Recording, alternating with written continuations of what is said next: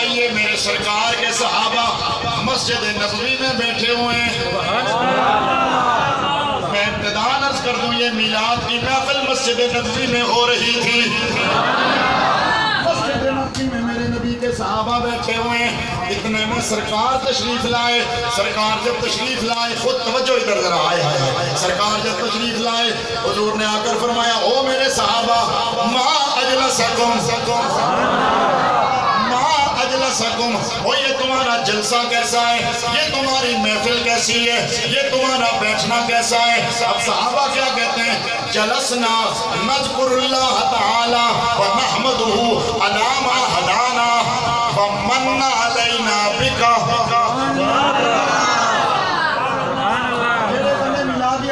جاندے رہنے ہو توجہ کرو ذرا.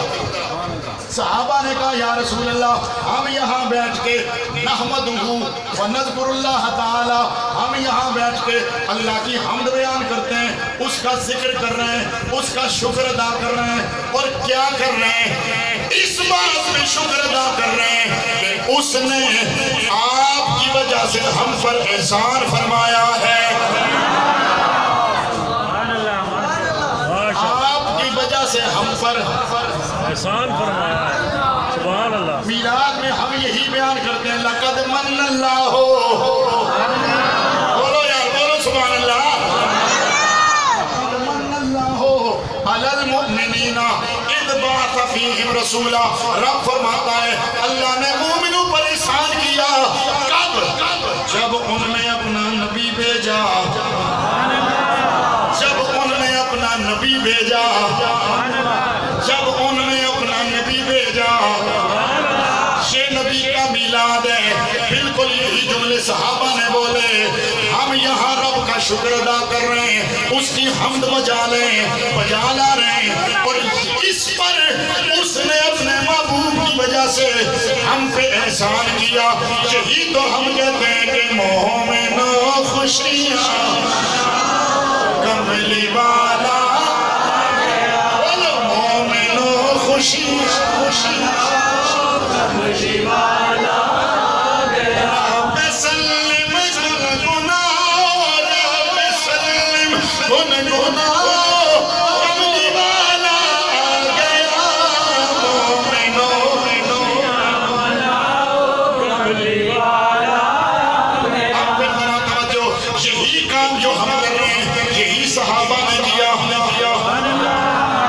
یار نہیں پتہ نہیں آ رہا. سبحان اللہ اچھی بولو ذرا. یہی کام جو ہم کر رہے ہیں یہی صحابہ نے کیا.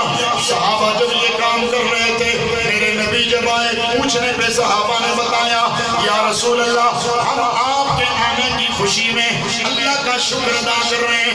میرے نبی نے فرمایا قسم ہے تمہیں بتاؤ اس کے علاوہ کوئی اور وجہ تو نہیں ہے بیٹھنے کی.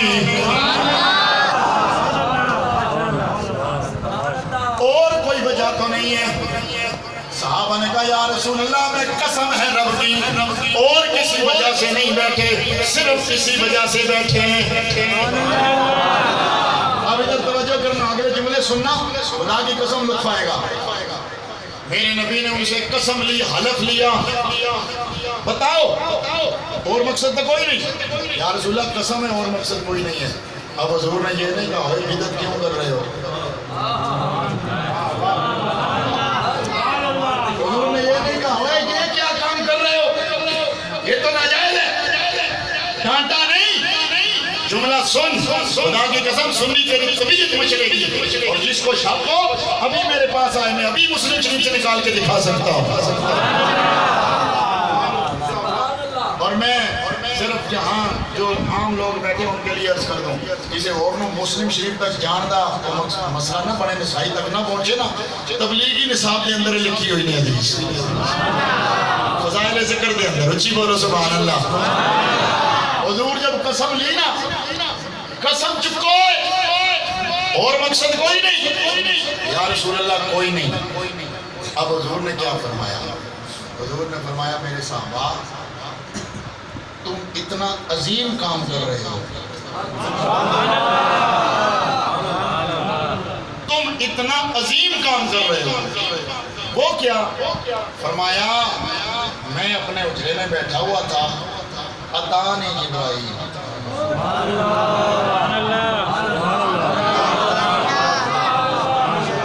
میں اپنے کمرے میں بیٹھا تھا، جبریل میرے پاس آیا اور اس نے مجھے آگے کہا یا رسول اللہ جائیے نا اپنے غلاموں کے پاس۔ یار سبحان اللہ سبحان اللہ میلاد کی محفل یہاں سجتی ہے، جبریل مصطفیٰ کی بارگاہ میں حاضر ہو کے کہتے ہیں حضور توجہ فرما لو نا غلاماں دے، جنہاں نوں نہیں سمجھ آ رہی میں نوں دلہ نہیں، لیکن جڑے سمجھ کے چپ کر رہے ہو بول دے نہیں سیرے لاندے ہو، میں دونوں بدعا دینی ہے۔ جبریل متوجہ کر دے حضور توجہ تے کرو نا، حضور فرما تانی جبرائیل، جبرائیل میرے پاس آیا اور اس نے مجھے آ کے بتایا یا رسول اللہ آپ کے غلام مسجد میں بیٹھ کے جو محفل سجائے بیٹھے ہیں نا، اللہ ان کے اس عمل کی وجہ سے ان کا فرشتوں کے سامنے فخر کر رہا ہے، اللہ ان کے اس عمل کی وجہ سے فرشتوں کے سامنے ان پر فخر کر رہا ہے۔ توجہ جملہ میرا سن لو، وہ میلاد تو ادھر سجاتا ہے، تیرے تذکرے عرش پہ ہونے شروع ہو جاتے ہیں۔ اور اگلا جملہ یہاں تو میلاد کی محفل سجا کے بیٹھتا ہے، رب فخر کرتا ہے تجھ پر فرشتوں کے سامنے، دیکھیں نا میرے یار کے یار، گج کے بولو سبحان اللہ، دیکھا ہے تم نے میرے یار کے یاروں کو، آج میرے یار کا تذکرہ کرنے کے لیے مسجد شریف کے اندر بیٹھے ہوئے ہیں۔ اور اگر میں دوسری روایت بھی عرض کر دوں خدا کی قسم لطف ہی آ جائے گا، یہی مشکاة شریف کے اندر بھی موجود ہے، سیاہ کے اندر بھی موجود ہے۔ ایک دن سرکار مسجد میں آئے، آگے سرکار نے دیکھا صحابہ بیٹھے ہوئے ہیں، حضور سرکار نے دیکھا صحابہ بیٹھے ہوئے ذکر کر رہے ہیں، کوئی کہتا ہے آدم صفی اللہ ہے، کوئی کہتا ہے نوح نجی اللہ ہے، کوئی کہتا ہے ابراہیم خلیل اللہ ہے، کوئی کہتا ہے اسماعیل صفی اللہ ہے، کوئی کہتا ہے موسیٰ کلیم اللہ ہے، کوئی کہتا ہے عیسیٰ روح اللہ ہے۔ اتنے میں سرکار آئے، حضور نے فرمایا صحابہ کیا کر رہے ہو؟ عرض کیا حضور ہم یہاں بیٹھ کر کے نبیوں کے تذکرے کر رہے ہیں۔ میرے نبی نے فرمایا ہاں آدم صفی اللہ یہ بھی حق ہے، موسیٰ کلیم اللہ یہ بھی حق ہے، عیسیٰ روح اللہ یہ بھی حق ہے، عیسیٰ روح اللہ یہ بھی حق ہے۔ اللہ وَأَنَا حبیب اللہ، اور اللہ نے مجھے اپنا حبیب بنا کے بھیجا ہے۔ تم تو کہتے ہو صرف حضور کی تعریف کی محفل نہ سجاؤ، صحابہ تو سارے نبیوں کی محفل سجا کے بیٹھے ہوئے ہیں۔ اگلا جملہ سرکار نے فرمایا آدم صفی اللہ حق ہے، موسیٰ عیسیٰ کلیم سارے ہیں، لیکن میں حبیب ہوں۔ اب توجہ یہاں پر مفسرین اور شارحین حدیث لکھتے ہیں، کہتے ہیں حضور نے یہ کیوں کہا کہ میں حبیب ہوں؟ فرمایا خلیل بھی بڑی شان والا ہوتا ہے، کلیم بھی بڑی شان والا ہوتا ہے، لیکن حبیب سب سے اونچی شان والا ہوتا ہے۔ آج کے بولو نا سبحان اللہ۔ صرف ایک اشارہ کروں گا، حبیب کون ہوتا ہے؟ چلیں باقی ساری باتیں چھوڑ کر میں مفتی احمد خان نعیمی رحمۃ اللہ تعالیٰ علیہ کا ایک جملہ آپ کی خدمت میں عرض کرتا ہوں۔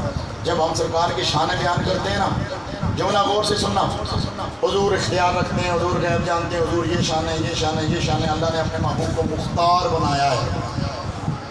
تو لوگ کہتے ہیں تم شرک کرتے ہو، تم نے نبی کو اللہ کا شریک بنا دیا۔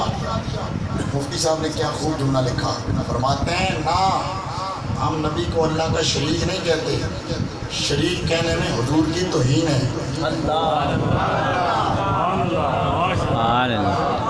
اللہ کا شریک کہنے میں حضور کی شان میں کمی لاتے ہو، کیوں؟ فرمایا شریک اس کو کہتے ہیں جو آدھا آدھا مالک ہوتا ہے۔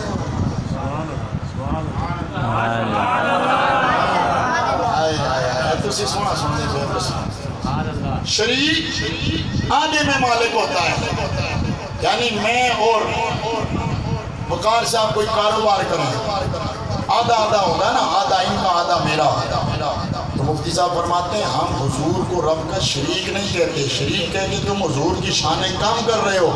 ہم شریک نہیں, ہم حضور کو رب کا حبیب کہتے ہیں. مطلب کیا ہے؟ فرمایا شریک کہو تو حضور کو آدھے کا مالک کہنا پڑتا ہے, حبیب کہو تو رب کے کل